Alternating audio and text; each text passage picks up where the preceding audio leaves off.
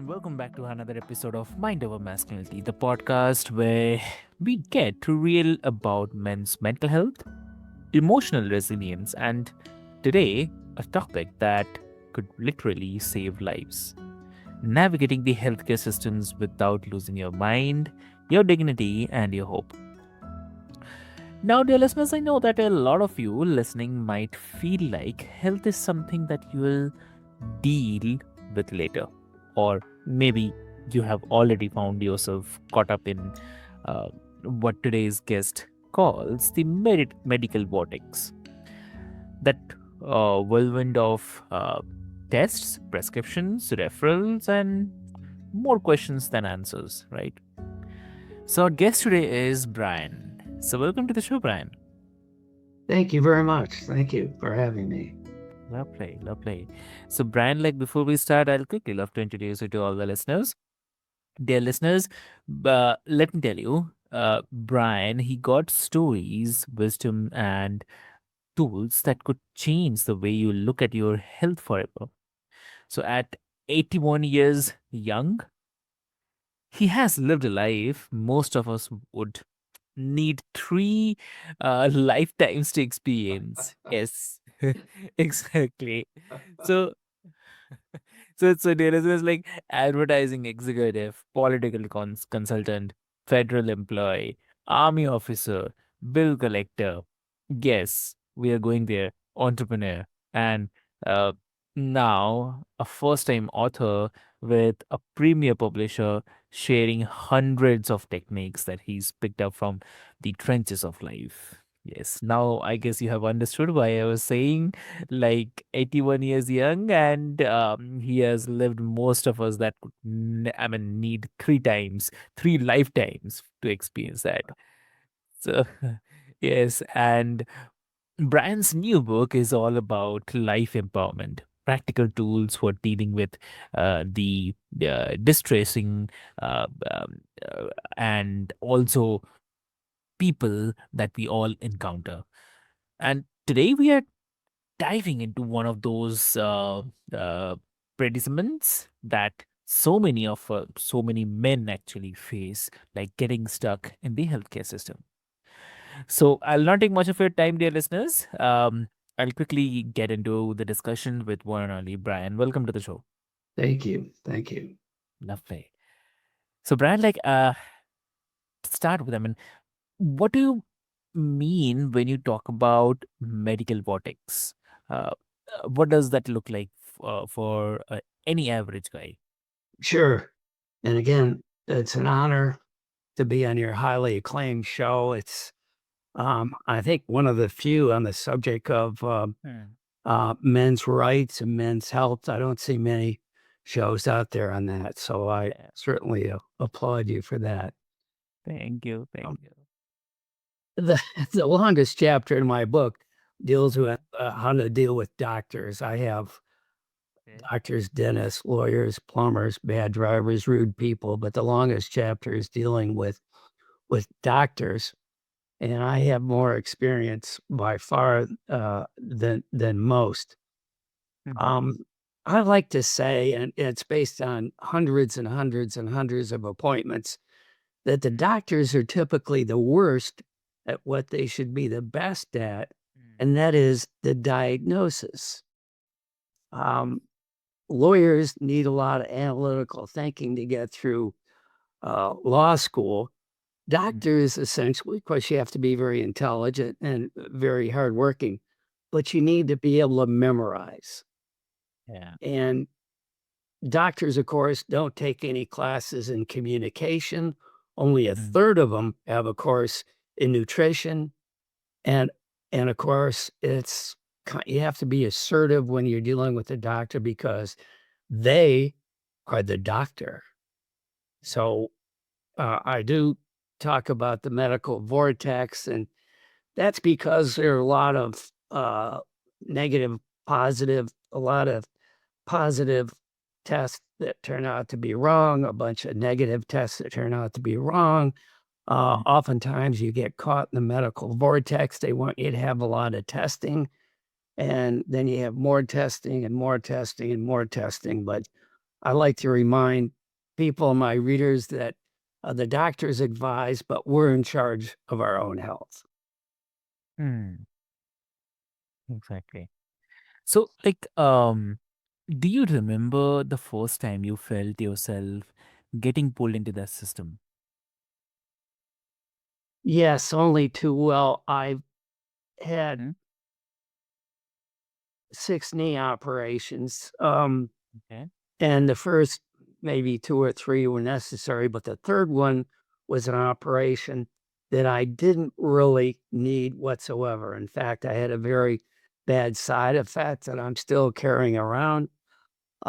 Orthopedic surgeons, they never tell you in advance what could go wrong, what are the Hmm. safety issues, and so forth. And I ended up having 2 more operations to fix the Oh, fix and hundreds of appointments with orthopedic surgeons. yeah. Okay. Hmm. So, I mean, that spiral can feel endless. Like one appointment leads to another, and before you know it, your whole life revolves around your health issues instead of the solutions. So, what do you think about this?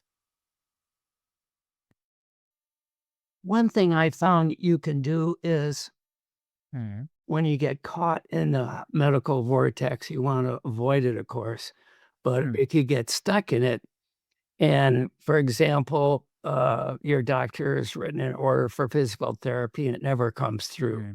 or say you're a caregiver uh, for a patient and they're having problems. Hmm. One thing you can do that it's very helpful, and that is to find a patient advocate. That's somebody who does troubleshooting for you, deals with the Hmm. doctors, deals with the insurance companies, and are very helpful. I spent about a week getting a patient advocate from my older sister. She Hmm. was caught the medical vortex, and the site I found, and I have nothing to do with them, but I found they're very good, is called Solus, and you can find patient advocates, I think, around the world through that very good website. Oh. Hmm. So, and also, like, why do you think men in particular struggle to navigate the healthcare system? Is it pride, fear, confusion, or something else? I think so. Men have a tendency to hold their feelings in and not let them out. Men don't like to go to the doctors. They go to the doctors far less uh, Mhm. than women do. And at least in the United States, it's kind of the ultimate inequality. Women live 5 years longer than men do on the average, and just hold in their feelings. And I think it's in some cases detrimental to their health. Okay. Hmm. And like uh, how can men start shifting that mindset without feeling like they are just giving up the control?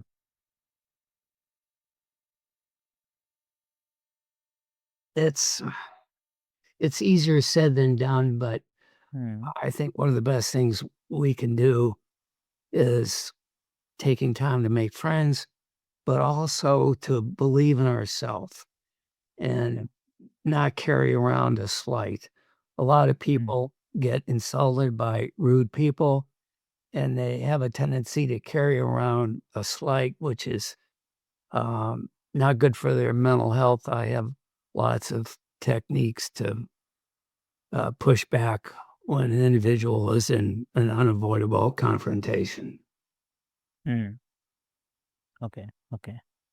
So, yeah, like you also worn a lot of hats in your life, like I was mentioning. So, how have those experiences actually shaped the way that you approach self-advocacy in the medical situations? Well, thanks for asking. I've learned the hard way, Mhm. the long, hard way, as most people have. I've had a rough Mm, and tumble life. I've had mm, many, many different jobs and a whole lot of different occupations. And it's through essentially the hard times I slowly learned the techniques to protect your mental health and build strong confidence in yourself. okay. Okay. Okay. So, I mean, if you can share one of the most powerful tools or maybe the techniques from your book that helps men advocate for themselves in those high stress doctor visits. It's hard to be assertive with doctors because they are the doctors, but Yeah. um, you need to have your questions prepared in advance and remember uh, you're in charge. In terms of mental health and unavoidable confrontations, the technique that I've found that I've used that it's very Mm, helpful to maintain strong mental health and not carrying around a mm, slight is when you're having a confrontation, and when I see this now, it sounds obvious, but it's hard to remember in the mm, middle of a dispute. And that is, don't make it about yourself. When you're mm, talking about yourself, when you say, I feel this, or I do this, or I do something else, you're being defensive. So you want to make it about the other person. So they're being defensive. You may even have to say, for example, I'm not the issue here. You're the mm. issue.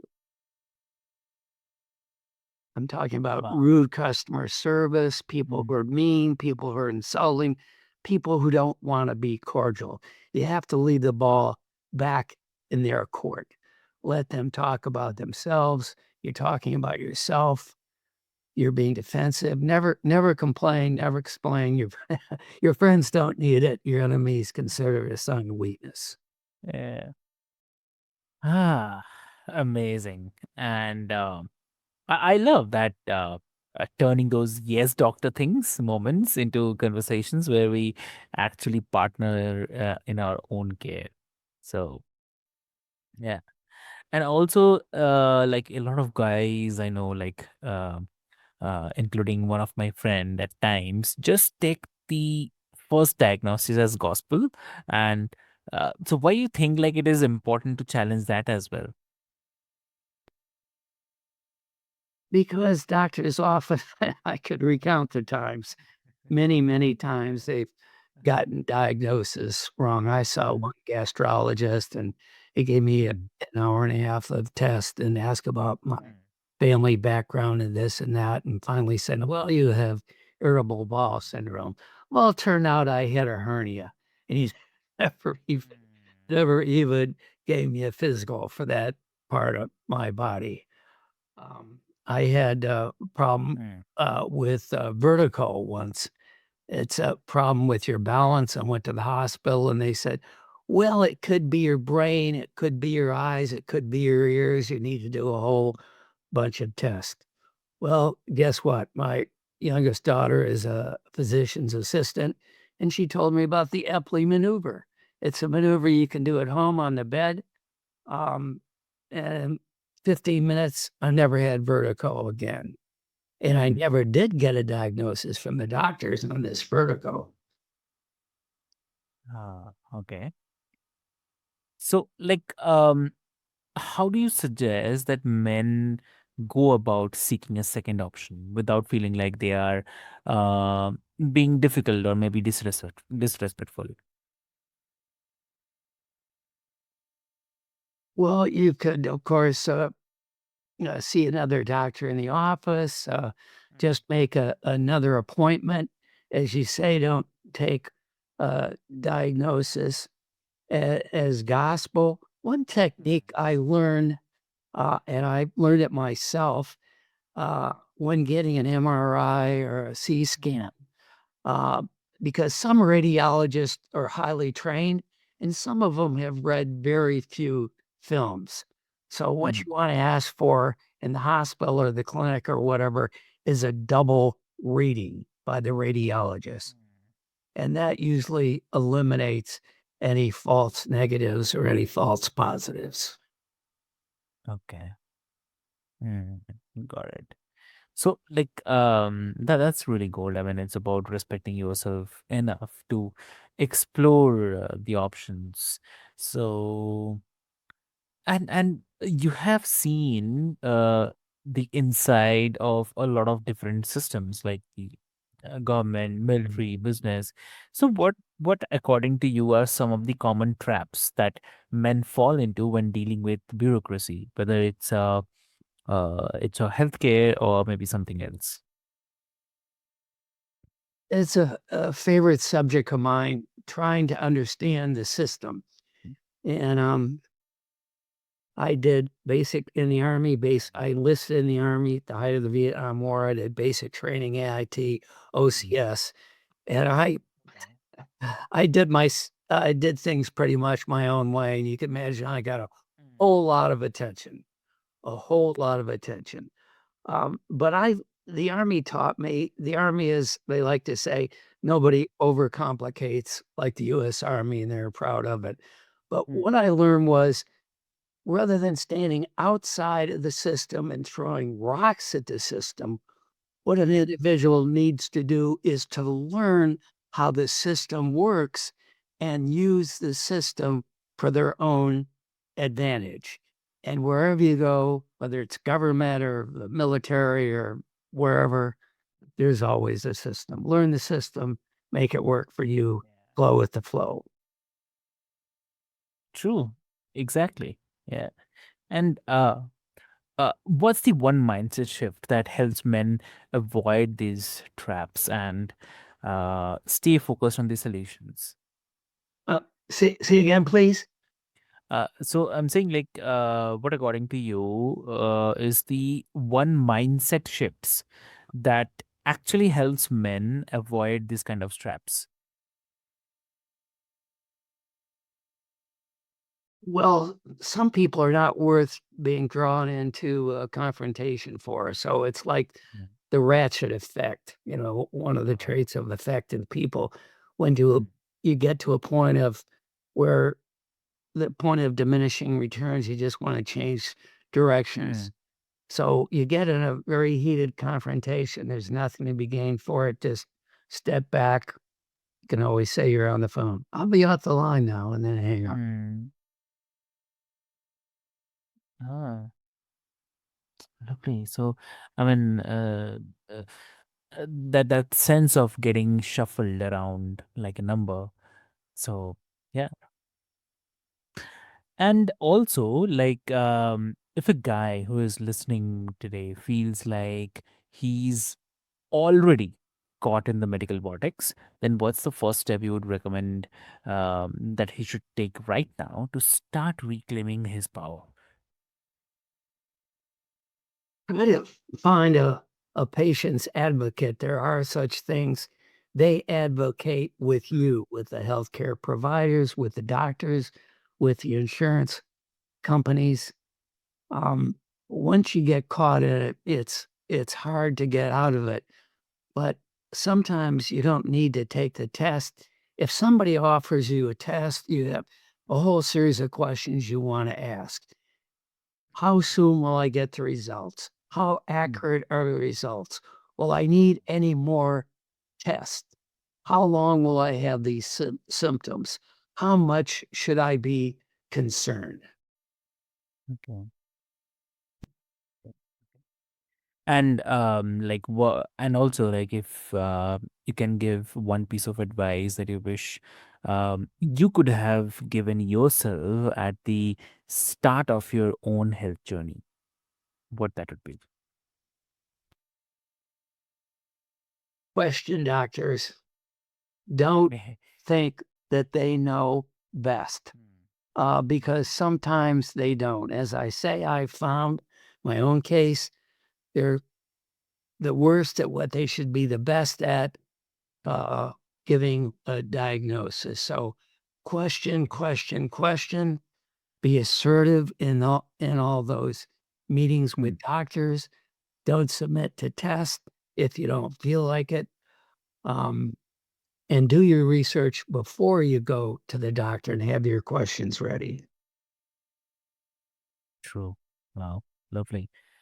Great. So, Brian, this is really, really an absolutely incredible one. And you have shared hard-earned wisdom that I know like is going to hit home for a lot of guys out there and who feel like they're just surviving the healthcare system instead of um, thriving in their own lives. So that's amazing. And for everyone who is listening, if this conversation lit a fire inside you, then and if it made you think twice about how you show up for yourself, then grab Brian's book. It's packed with the tools and the techniques that will help you face not just the healthcare system, but life's tough situations head on. So, Brian, like if someone wants to connect with you, how they can connect? Pardon me? If someone wants to connect with you, how they can connect? Oh, um, I have a website. Does that Mm. work? Yeah, yeah, yeah. Okay. They're all confusing. Thanks for this opportunity. It's B like Brian, author like writer, H like Hampton at gmail.com. So AUTHORH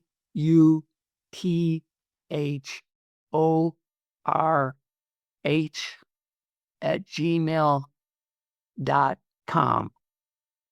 Could I, before we part, could I say the name of my book? Yes, yes, please. Thank you very much. It Yeah. was 5 years in the making, and I found that writing the book is about 5% of getting it published. I didn't get a premier publisher. It's called It's a Great Life If You Don't Weaken, How to Deal with the Ups and Downs in Life and the Jerks in Between. Mm. It's on Amazon and else where books are available. Wow. Amazing, amazing, lovely. Thank you so much for sharing this. And I'll also put into the show notes for your easy reference, dear listeners. And um, as always, if this episode has helped you, share it with a brother, friend, or anyone who needs to hear it. And let's change the way men approach health, mind, body, and the soul. So until next time, this is your host, Avik, reminding you your health is your power. So claim it. And stay strong, stay sharp, and lead with the heart. And catch you soon on another episode of Mind Over Masculinity. Till then, thank you so much.